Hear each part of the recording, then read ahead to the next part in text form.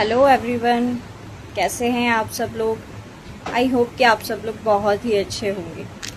आज मैं आप लोगों के लिए मोदी केयर का एक ऐसा प्रोडक्ट लाई हूँ जो पेट में कोई भी दिक्कत हो सबके लिए रामबाण इलाज है। आपके पेट में अगर गैस है या पॉटी हो रही है या कब्जी हो रही है या पेट में जलन हो रही है, कोई भी दिक्कत है, सबके लिए सिर्फ एक मोदी केयर का अमृत शक्ति।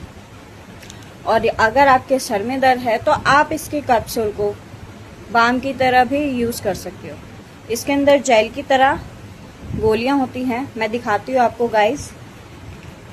ये देखो, आप इसे काट के इसके अंदर से जो जेल निकलता है उसको आप सर पे बाम की तरह यूज़ करो, आपका सर दर्द भी बिल्कुल ठीक हो जाएगा।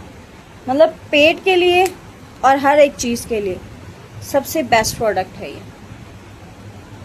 ये सबके लिए रामबाण इलाज।